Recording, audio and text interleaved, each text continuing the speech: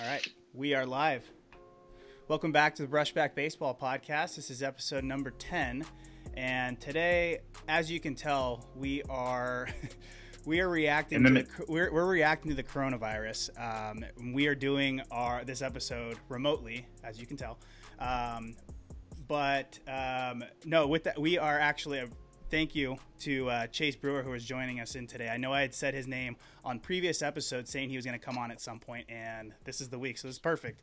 But yeah, welcome Chase Brewer. He's a major league agent, and he was my roommate back in college at UCLA. So yeah, thanks for joining on, Chase. Yeah, man. Thanks for having me. The conditions are interesting, and we're all hopefully safe and healthy, but this is what technology is made for, right?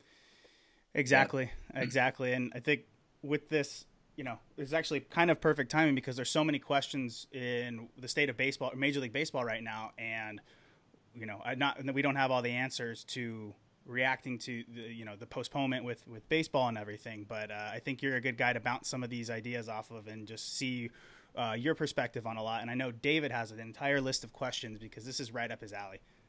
Well, yeah, we were prepping last night going, what the hell are we going to talk about last night? And then all of a sudden we just spit out like 30 things. So it's kind of perfect. Yeah, it's such an unprecedented, uncharted territory time that it's going to be interesting to see how collective everyone kind of gets, right? Like the CBA collective bargaining agreement. Let's see if now the teams and the player reps and the owners can all actually come together. So it'll be an interesting time to see how everything kind of comes together. So why don't we give a little bit of background to you first? Yeah, go ahead. You were teammates with Tyler at UCLA. You were a pitcher, right? I was. In the bullpen. And you got drafted, I think, a year before Tyler did, right? So Tyler, you were drafted in 2011. Yeah, you were the year after, right? No, because we were the same year. I was our class kind of dwindled down. I think guys one guy came in older, and then a couple guys left. And then there was Garrett and Stevie. Trevor. Tyler was part of the class. Trevor, they all left, and then I was lo and behold the only senior on the 2012 team. I was the grandpa dinosaur on the team, and then we actually had a great run. We went to Omaha. Not as good of a start as we did in 2010 or 11. I don't think we were as highly rated, but we just had a really good group of guys. Offense was super scrappy, and we ended up losing in Omaha to Arizona and Florida State. And then, after the draft, I was unfortunately not drafted. It wasn't a situation where I was getting my hopes up. I mean, it was a guy I was out of the bullpen. It really, looking back at it, if I'm grading myself as a prospect, I was not one that agents were fulminating over. But I had the opportunity to play. I signed as a non-drafted free agent and played during the summer and then spring of the next year, and then kind of hung the cleats up after that because I got into the agent business during that time and finished up school and did all that good stuff. Yeah, and one of the things I was interested in was you went 1 year pretty much, and you decided to go the agent route. Is that something you knew that you wanted to do going in college, and why not the coaching route? Yeah, it's so funny that before I answer that for me. Well, I would say before I let Chase answer this, well, yeah, I want to hear the same question is at what point did you realize that you wanted to become an agent, but knowing Chase, and Chase is one of my best friends, and knowing the perfect occupation I could think for him would be an MLB agent. As soon as he kind of said he was going down that path, I was like, yeah, that's Chase Brewer right there. So go ahead. That's some good affirmation. Yeah. So I my family grew up in a family of lawyers. So that always interests me. Legal side, sports was obviously the most important thing during high school and college times over, I guess, the fact of schooling and stuff. But the two kind of blended together after I got done because I was actually going to apply for law school, going to study for the LSAT. And then during that time, I was obviously exploring, internships, agent route as well. My older brother was a professional baseball player. He went to UCLA before me. He had an agent. Obviously, Garrett Cole had an agent. I mean, just being at a high level school like UCLA, you kind of understood that. So I guess it was like, you'd see them come to the fields. You'd hear like kind of the players talking about them. It's not something like guys don't really brag about having it, but if they talk about it, then you like understand like, oh, wow, it's like, you're 22, but this is like a kind of a cool occupation. And then, I made like some calls. I had some really interesting opportunities in front of me with the agency I'm currently at, because I had some connections through high school and through different players. Was able to get an internship, was able to just kind of prove my worth, and then just kind of work my way up into becoming, employee, and then a full certified agent. So I appreciate Tyler saying that. Like, it's funny. If guys, high school, college level age people ask me like, how do you become an agent? I'm like, well, if you're a good teammate and you have a lot of qualities that like you kind of put yourself before others, maybe that's just in life or just as a player on a bench, or because I spent a lot of time on the bench, like you will definitely elude those some qualities when you're kind of out in the business world. So that's kind of how I think about it. Which Tyler can speak more towards. Yeah. Well, yeah. I mean, I think as a player, when you're looking at, for somebody for representation, knowing that your agent was maybe a former player and kind of understands what the player's needs are, where their mind might be, is something I think that's really beneficial for you, and something that you do really well at. So, but yeah. I guess I kind of wanted to get in. Maybe you can go over, just for everybody that is listening, maybe just what kind of your day to day is like being an agent. What maybe your travel looks like, where you're going, how often you're going, and then maybe like when your busy time, the busy time in the business is for you. If you can kind of maybe just tell us a little bit about that. Yeah, for sure. Well, I apologize for not coming on and being in like the studio earlier, because like I remember when you called me like back on, I think it was opening day of the college season. I was like, shoot, yeah, I'm pumped for you guys to do it, and I'd love to do it, like be with you guys in the studio. But then that was like the start of the season where games and travel and spring training kicked up. So it was like, studio is my dining room, by the way. So that's what I was going to say too. Home studio.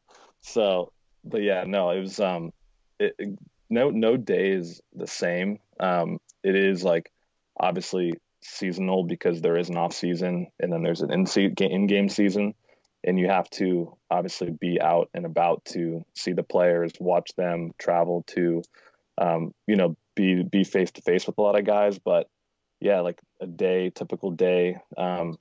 Now, obviously no day right now is typical because of the circumstances. But if we were like in the middle of the season, I'd be in the office like early and kind of setting up the schedule for the week of games and players and things that you need to see and get done. And then you kind of operate just on like a basis of, where you need to be in person. So getting work done in the office is good because you get on calls, and obviously there's a lot of work calls and group calls where you're kind of going over what's happening in certain areas. But then a majority of the time you're out at fields and finding the next guy and meeting people, watching clients, or actively recruiting. So yeah, it just depends. And then during the off season, when guys are, minor league free agents, big league free agents up for arbitration, there's just all sorts of things that need to be done leading up to certain deadlines. And usually like the schedule for the off season comes out like right after the World Series, or we actually know the schedule, but the actual dates, like free agency, arbitration deadline, exchange dates, like we work backward from that, just getting everything ready. So it's not an easy answer saying what is like a day in the life. It's the easy answer is that there's no 2 days that are alike, but you're going to, have to just figure out what you need to do, especially in California, because of how, you have to time in for travel and being on the road and going to games. It's a fertile area of talent. So there's a lot of places to be. So you have just no have days to make off. sure Yeah, you have to make sure you have to make sure you're at the right one. So like, I guess for the last month while the season was going, I was at 5 or 6 games a week, I would say. Yeah. And I go was ahead. gonna ask. I was gonna break it up. Tyler, are you recording, by the way? Yep. All right, cool.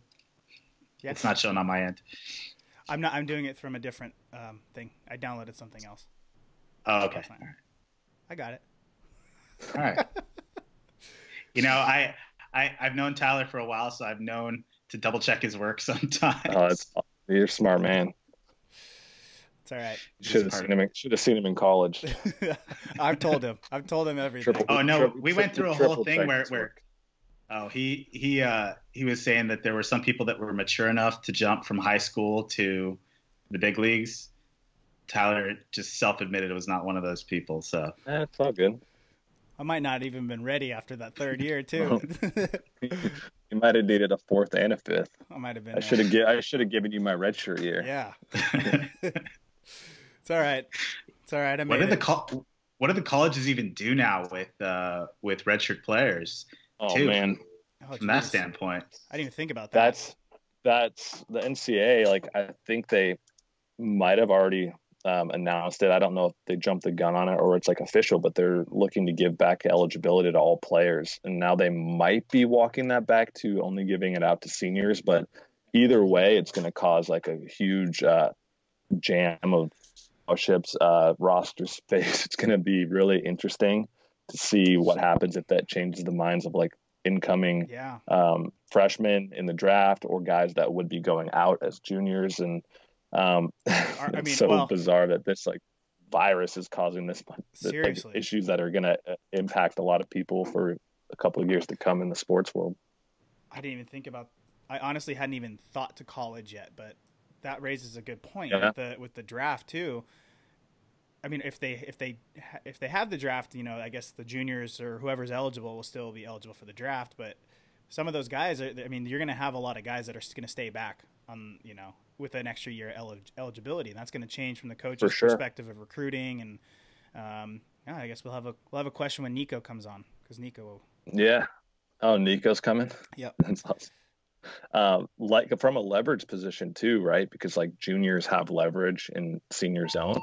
And I'm looking at it from a business agent side because like a guy that's a senior, it's like if the scouts offering you a contract and they're, holding your feet to the fire as far as like the signing bonus, like what are you going to do? Turn it down? And, what are you have nothing else. So now with like an extra year of leverage in your back pocket, like guys might be coming back. And then there's as it's like Coach Savage, UCLA, they keep a tight roster. They can make sure there's a lot of turnover because I'm not saying they want guys to sign that shouldn't, but like they have a lot of incoming players too. So it's like there's going to be a log jam for sure. Yeah.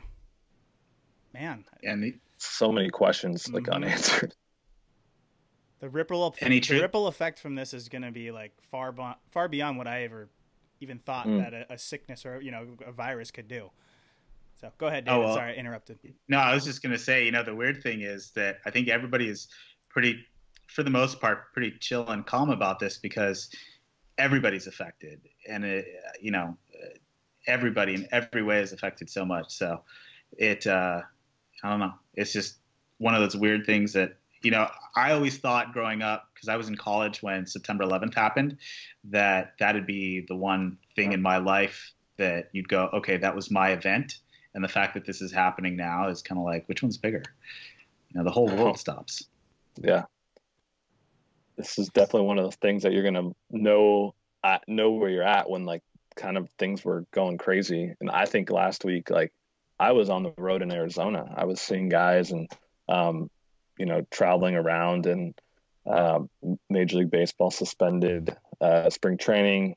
That was they sent a lot of players home. The NBA got out in front of it and were the first to suspend it. But like, it was kind of a weird time where I'm like, oh man, like, do I just have to get in the car and drive home, or like, what should we be doing? Yeah.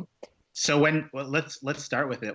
When, obviously you guys were talking about it. Were you guys as an office? I'm sure every agency was talking about it at some point, having meetings about what happens, contingency. Were you guys starting that conversation when spring training started, or was it just something that snowballed quickly? Are you talking specifically about like shutting down and like the suspension of the games and stuff? Yeah. Yeah, that'll happen really quick. I don't think anyone knew like that the severity of it and like how that it could take a sharp turn, within 24, 48 hours. I mean, last week, today, Wednesday, I mean, I had a meeting in the morning, was driving to a camp, listening to the kind of like the radio and the news online and stuff. And I'm like, whoa, this is getting pretty crazy and serious. And then when the NBA suspended, a lot of things started shutting down. There was a high school, we got calls from, there's a high school in the Valley it's a prominent school that shut down first. And like, everyone was like, man, what does this mean? Like games are being like stopped. Like what's happening? And then from honestly 7 days later, it feels like it's like the longest 7 days because there's just people calling and there's so many questions that we're having to like sift through. It's like, yeah, no one really had in our group, or I think in anybody else's, like had really an idea of the severity of the issue. Yeah, I mean, at least from from a fan perspective now, just like watching this, I mean, it snowballed so fast. Like I thought like, there's no way that they're going to be able they're going to cancel games or anything. And then all of a sudden it's like, well, shoot, what do I have to watch now? Yeah. Oh, how boring is life without sports? And not to like, be offensive to like the other people that have real like issues going on, but like there's nothing to do, at least for me and sport, like watching TV and everything like that. If you watch MLB Network, like I have it usually on the background, because I can't watch the news. I get what I need from the news, but they're going through like top 9 of like every top 9 that they've ever done. I think they're going to run out of it in a week. I don't know what they do then. They're being really funny on Twitter, like making up like lineups of like the top. I know exactly what you're talking about, and hopefully something starts getting kicked back up soon. I think they're going to have top 9 of the top 9 lists tonight. So that's how bad they've got. I guess I didn't really realize how much I got, of my life was consumed by, professional sports until it's like completely taken away from you. Yeah. But so true. Yeah. All right. I know David has a whole list of questions. All right. Sorry. Any truth to the rumor that Altuve had a roll of toilet paper under his jersey when he was coming around the bases? And he knew about this beforehand. Maybe he had a crystal ball and he like signed it, threw it in the stands, and like now it's being sold for like $1 million on eBay. Who knows? No, most of my questions have to do with, and I know you don't know what the answers are because it's so fast moving, but service time, pay. So let's talk about the major leaguers. What are the major leaguers getting right now in terms of their situation, broadly across baseball? When are they getting paid? How are they getting paid? Kind of that. So if it was like regular, if this virus didn't exist and we're in the middle of spring training, they're getting like weekly per diem meal money.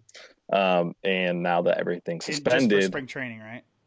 Just for spring training. Like if like today was a normal day, a normal week, they would be collecting $1,100 that week as far as their per diem. Yeah. And now that there's a suspension, they're trying to figure out if they still get that, who gets that. There's roughly probably there was maybe first or second wave of cuts, but there was probably 50 guys still on a big league camp. Like who's getting paid? They're trying to figure that out. Yeah. And they did. They're still like they did figure it out. So like the 40-man roster players are the only ones getting paid. I guess the other group that's still getting it is like a non-roster invitee who was in big league camp who had a year of service time last year. I think that covers probably a lot of like veterans maybe that didn't get big league that aren't on a 40-man but then have major league service time under their belt, so they're getting that stipend too. But yeah, those are the guys that are getting paid right now. And like that, since that was kind of resolved, I would say maybe Monday. Now they're figuring out like, okay, how are we actually getting paid? Like, where are these players going to be? Where's the money being sent to? And I think that's like an issue that's kind of resolving itself right now. And now they're moving on to, the bigger questions, which are like, season start date, games, and service time, all that good stuff. Well, and real So, quick with the minor league guys though, that's the thing. So yeah.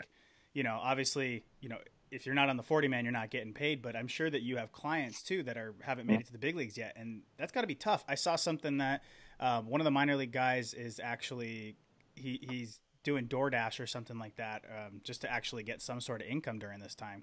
And these guys, a lot of the minor league guys haven't been paid since last season. So that's a tough, tough one thing, You could speak to it. So you were like living that, but I think isn't like the meal money for a minor leaguer like roughly $20 a day, or if they're living off of the housing or something. So yeah, it's like 25 bucks a day. Right. But I mean, I don't even know if they're getting that. I don't think they are. Yeah. And I wouldn't say like accounting. I mean, obviously they want that money, but I think the bigger issue is like, they're probably fine without that. But when the season was supposed to start, like they're obviously the games are going to be suspended. Like, are they going to get paid the money that they thought they were going to get paid? I think that's something that hopefully, if you look at the owners and the teams, that they could come through and do. I saw something, and I guess I didn't read the article. It was more of like a alert on my phone that a couple teams, I think the Dodgers are leading the charge, and hopefully taking care of their minor leaguers and paying them the salary that they were going to be paid anyways. So, well, it couldn't be that much anyway. So, no. Well, I with texted, the Rays too.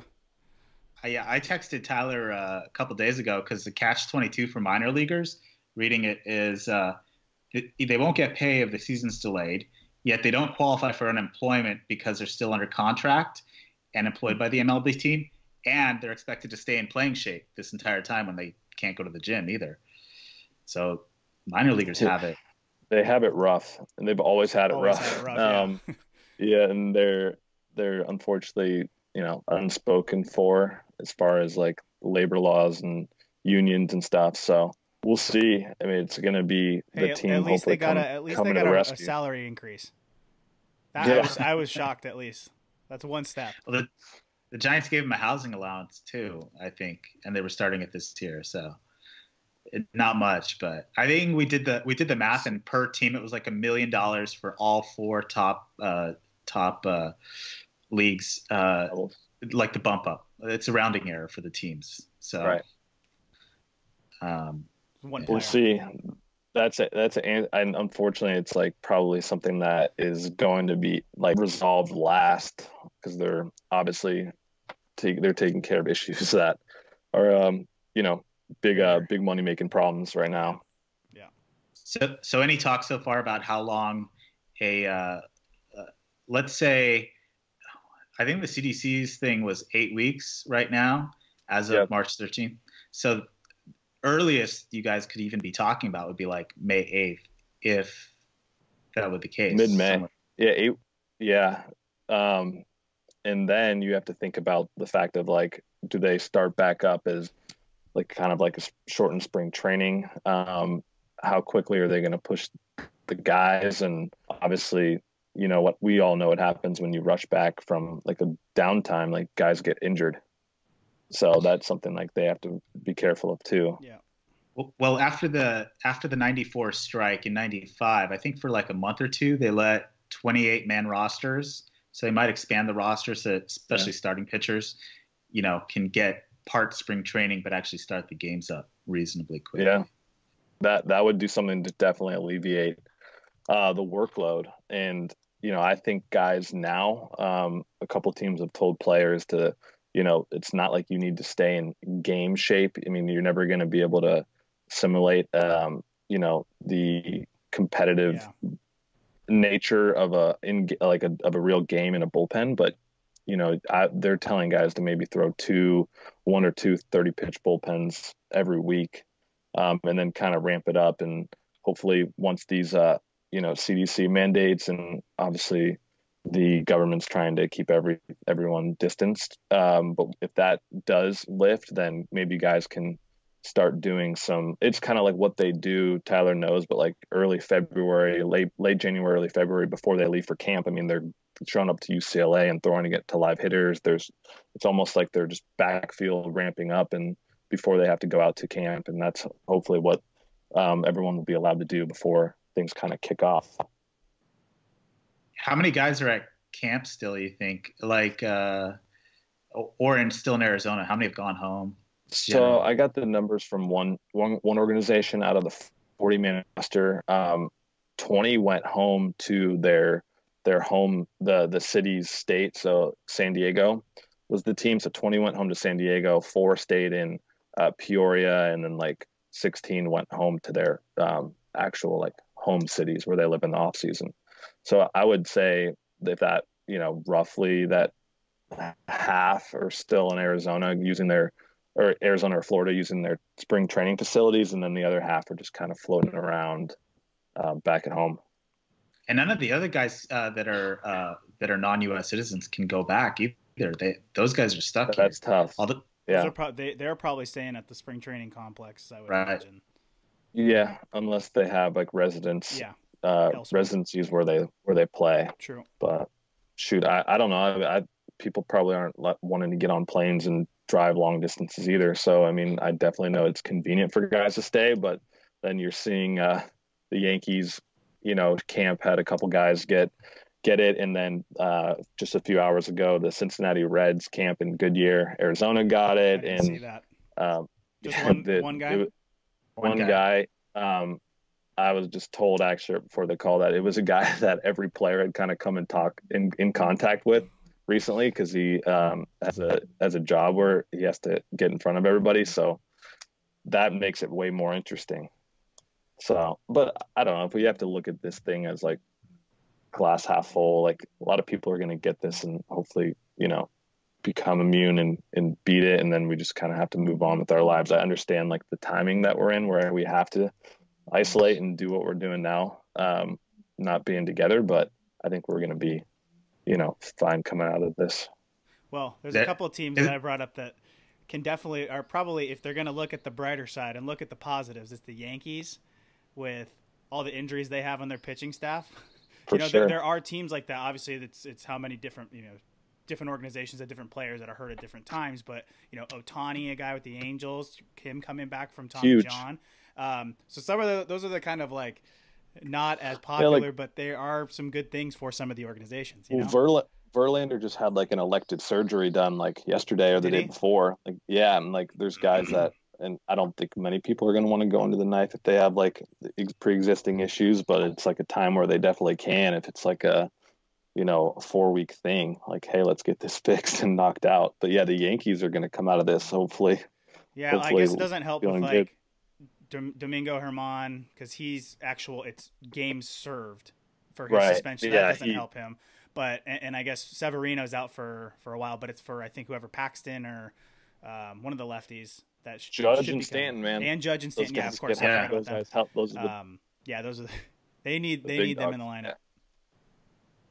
Yeah. So this will help certain teams too, and from a standings perspective, some teams wanted to tank and lose their season. If they start out with how weird baseball is at 20-10, and you got a trade deadline in September, what do these guys do? If you're the Detroit Tigers and you just want to dump your team, Yeah, we're gonna have to wait and see how long the season is, and if they think they can make a run at it. Like we all know how important it is for a team to be in the playoffs, from like a revenue standing, from just like there's so much that to come from having a good start. Like you said, like this could, like, it's gonna shake up a lot of things. It's gonna be really fun year to watch. I want to see the Orioles start like 16-5, and and make the push against the Yankees. Yeah. Watch. Marlins are going to win the World Series this year. For sure. Well, Tom Brady's like igniting like the state of Florida, so everyone, like all these Florida teams are just going to go off. Terrible. Yeah. It would take an act like this, an act of God like this, for one of those teams to come and win the World Series this year. Oh man.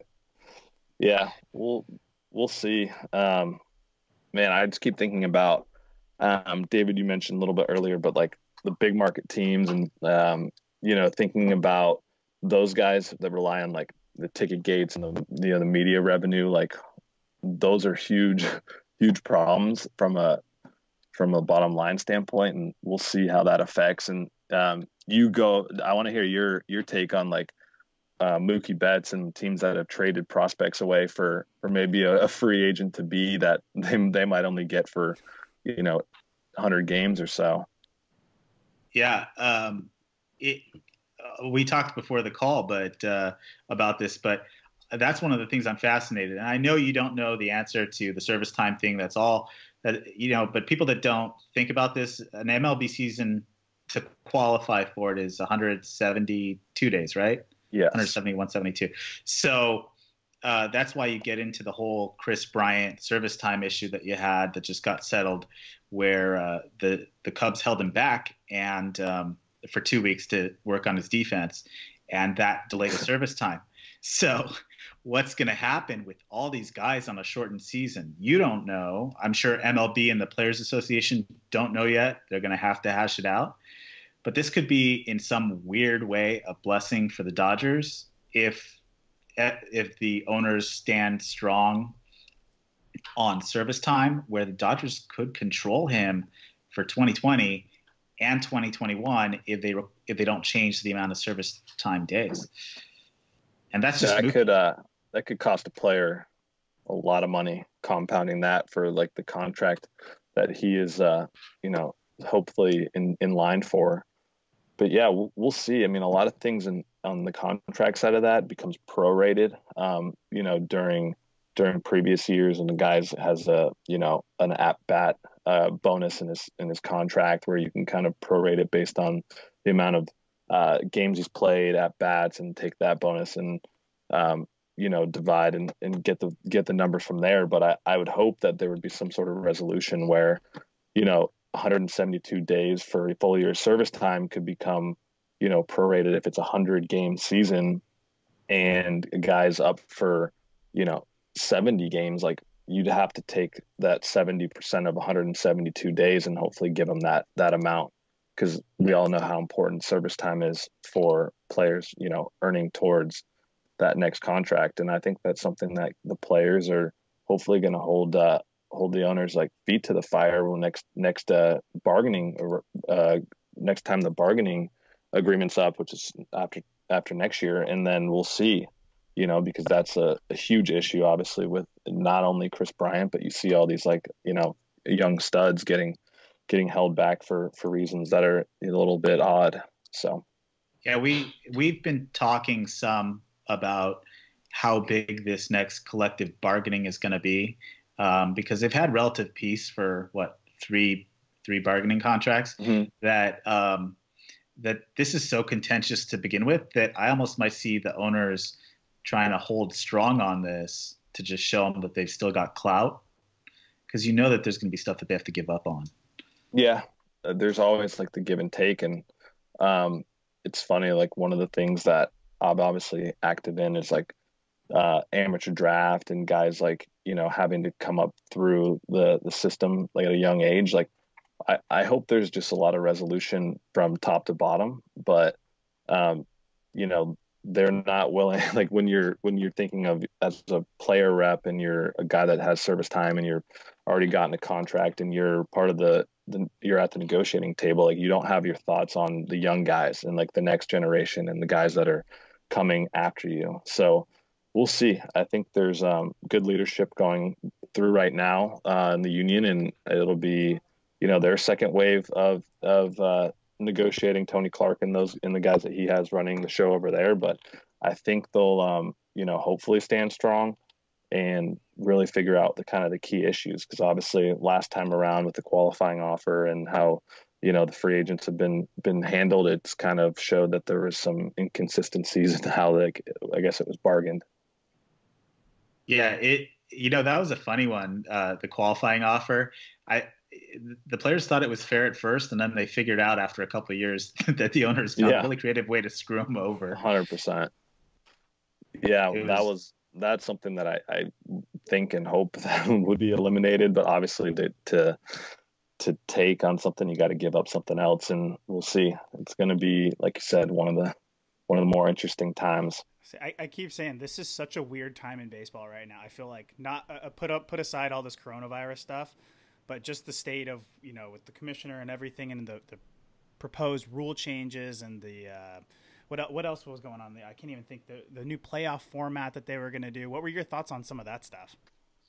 I think it's like some of the things that more interest me is like you guys see what like Trevor Bauer's like kind of talked Yeah. about, Oh and yeah, like we the way put that out the stuff game's about we that. covered marketed. that. Yeah, for sure. So that stuff that's interests me, like I like the playoff. I just don't know if that's something that will actually ever happen. Um, Obviously, they want to grow the game, grow the numbers, and get younger players to just play the game, and maybe pass on some of the other sports and start picking up baseball. Um, so we'll see. I think to get players, from high school, get these elite level athletes to, drop maybe the football or the basketball and pick up baseball, they have to find a way to pay them more at the start of their career, and then maybe shorten the time they spend in the minor leagues. Because if you look at, what goes on in college basketball, college football, these guys are obviously, playing in front of thousands and thousands of fans Yeah. every week, and then their social status and marketing is through the roof if they're at a big school and they're a Heisman winner and all that stuff. And then they go from the draft, like, to the starting lineup, right? If you look at like a Zion, Right. the guy was like, getting millions of followers when he was in college, and then he makes that big chunk of money, gets the big endorsements through Nike and Jordan, and then obviously he was hurt and had to miss the year. But think if he like started game one with the Pelicans this year, and did what he did when he started, however many games in he did. So that's a way that they're going to have to try and solve the problem of, getting these Mike Trouts and Bryce Harpers and Adley Rushmans, to the show as quick as possible. Yeah. And that's kind of like working backwards. Like you figure out, okay, how do we do that? Yeah, we've covered Trevor on that whole kind of topic that he's talked about too, and about also, the ability with baseball advanced media with the players to, market themselves in a way where a guy like Zion can have a shoe deal, and plenty of guys down the line in the NBA have shoe deals and can monetize what they do. MLB's got complete clamped control over basically their identity and runs it up. Yeah. So unless And I mean, the numbers obviously are highest in baseball with the amount of players that are drafted every year, the amount of guys that are in, the Right. minor leagues, because there is like, the D League in basketball, college or football has other leagues too, but like Major League Baseball really has like a farm system that's huge, and they have, teams all over. They have teams in Latin countries. And, They and have it's a grind too, and it's like you see how many guys don't make it that are first round or high round draft picks. totally. So we'll see. I mean, I think that's something that hopefully comes up. It will come up, next bargaining time, but it just depends on how much, thought there and interest they actually put into it. Because like I said, if it's like, guys that are worried about the qualifying offer and worried about service time, like how much are they going to take on the draft side? Or are they willing just to kind of keep it as normal? Because the teams are obviously getting a lot of these players relatively cheap, right? Because if you think about it, back before they changed the international system, like look at what Yasiel Puig and some of these young bucks were coming out of Latin countries earning 50, 60, 70 million dollars. Yeah. And then you're like, wait, but Bryce Harper, yeah, I guess after 2011 you have to look at it, but like Garrett Cole makes 8. Mm-hmm. And then what if Garrett Cole is coming out of, the Dominican? He would have gotten 80. Yeah. So there's a big discrepancy, and they fixed that system. And so obviously like the Shohei Ohtani situation became interesting when he elected to come over before the age limit, but he obviously could have made a lot more money, but he wanted to come over and play, and we'll see what happens there. But yeah, but there's a lot to be discussed next time around. Yeah.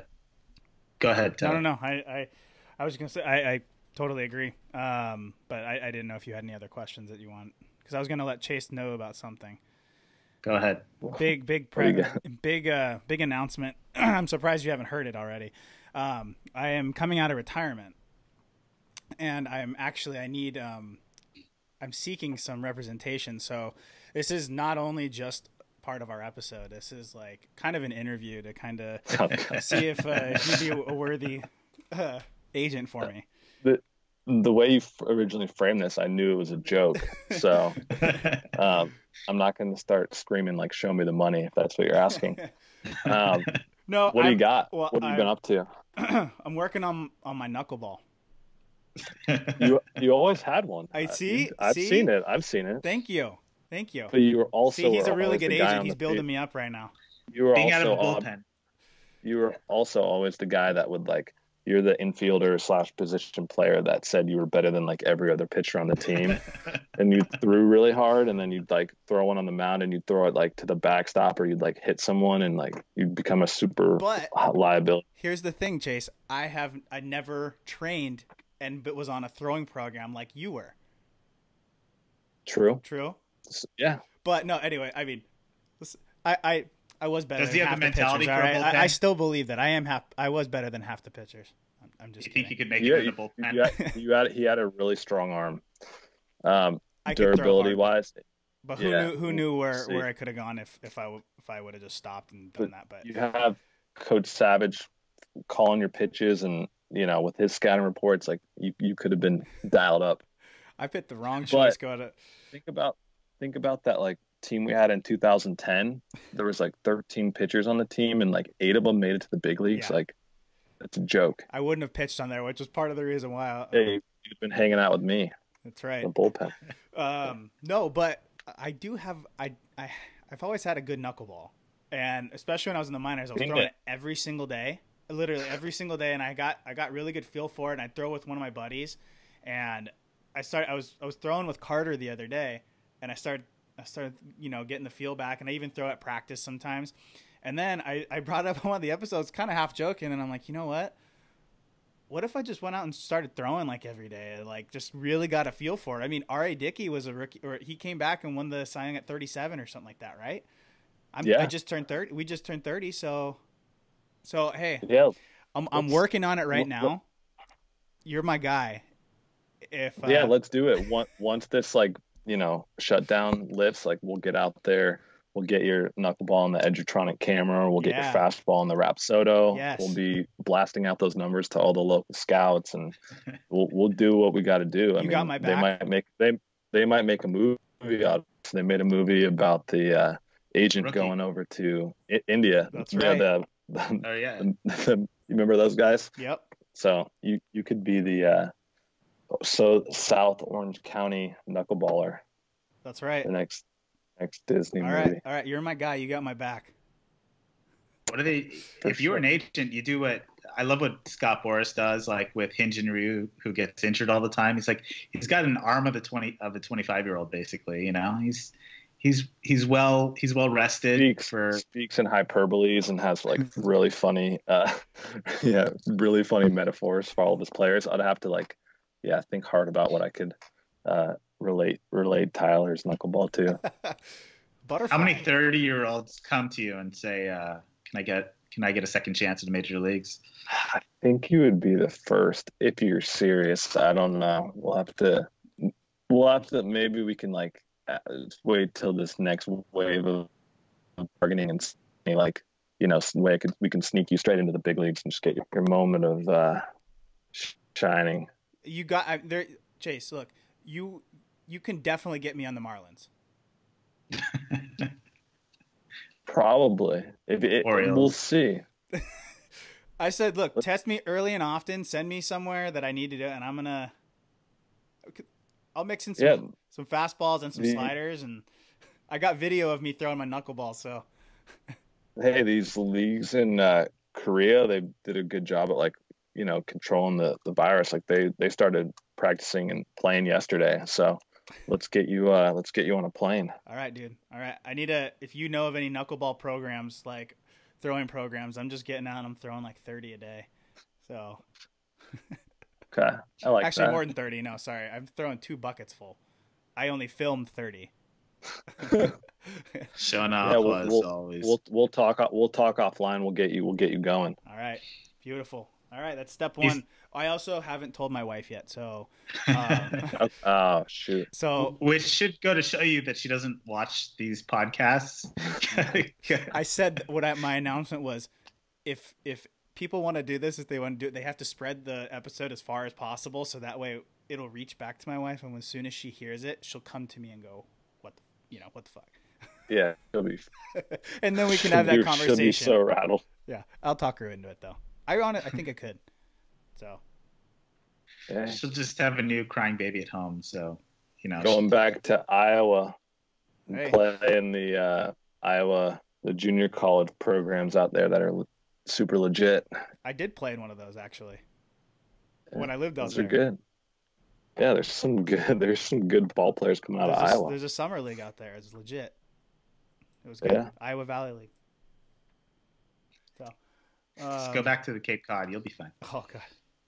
Hey, that's a pitchers league, so I don't know if it's a knuckleball pitchers league, but my eligibility's gone. I can't go there anymore.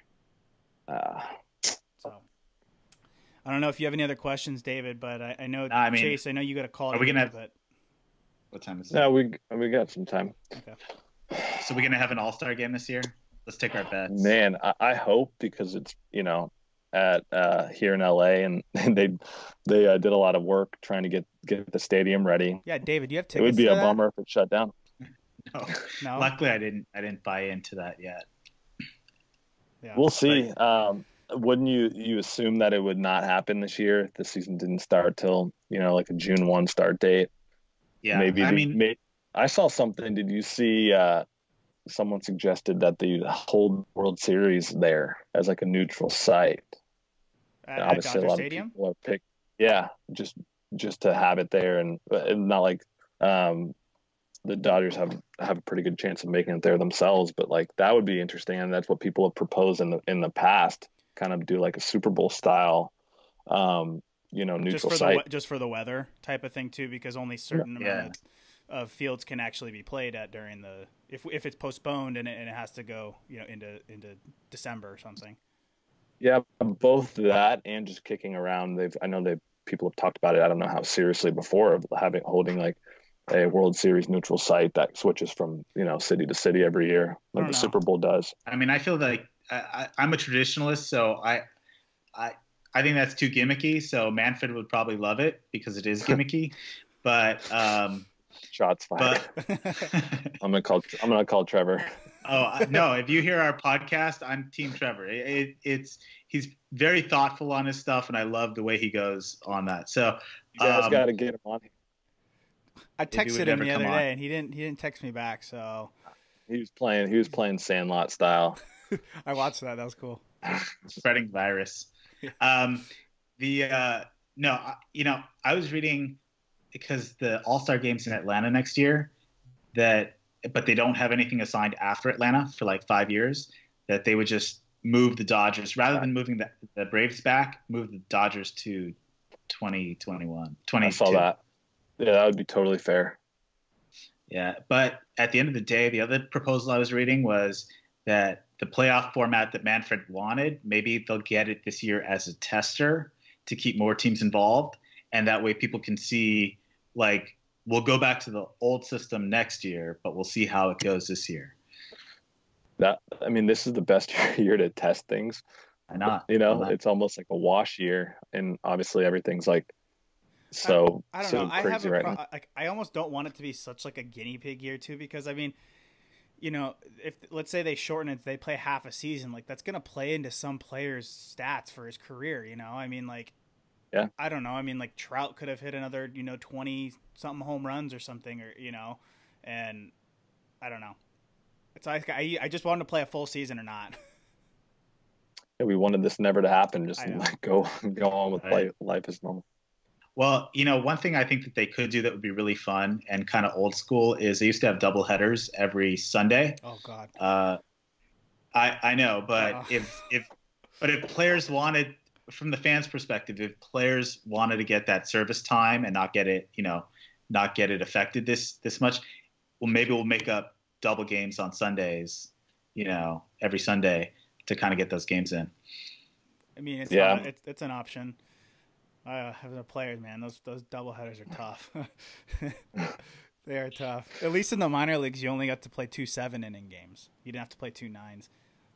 So they'll probably have to help out with make sure they have enough pitching guys. I know they add a roster spot for each doubleheader or something like that, right? Right. Oh, it's gonna be fun. We gotta, if you guys will have me, come back on like maybe every month, like month or two, and like talk about like how everything's progressing. We'll start like, once we get all like the information settled, like shoot, it's gonna be kind of an interesting thing to watch. No. From like a real fan's perspective that like cares about how these players are being treated and how like the teams and stuff are trying to figure out, how they can operate to their full capacity too. Right. Yeah, we'll start a series that we can put on the YouTube channel to be checking in with Chase. Yeah, and then when you get a full studio, because I just instead of the home studio I was referring to earlier, we'll get some. All right. No, it looks dining great. room is legit. It's a beautiful house. Beautiful. Home decor in the back, Give you that farmhouse type of feel. Just what you want when you're talking sports. Yeah. 100%. No, but we have hats coming, and we're gonna send you one too. It's supposed to come today, but then it got pushed tomorrow. So yeah, but we'll send you one. Hey, I'd love to wear it, sport it out, and out and about. Come back on whenever you guys have me. I think that's the big. We always talk in Major League Baseball about the unexploited area. I think baseball podcasters without actual representation is probably. We're really vulnerable right now.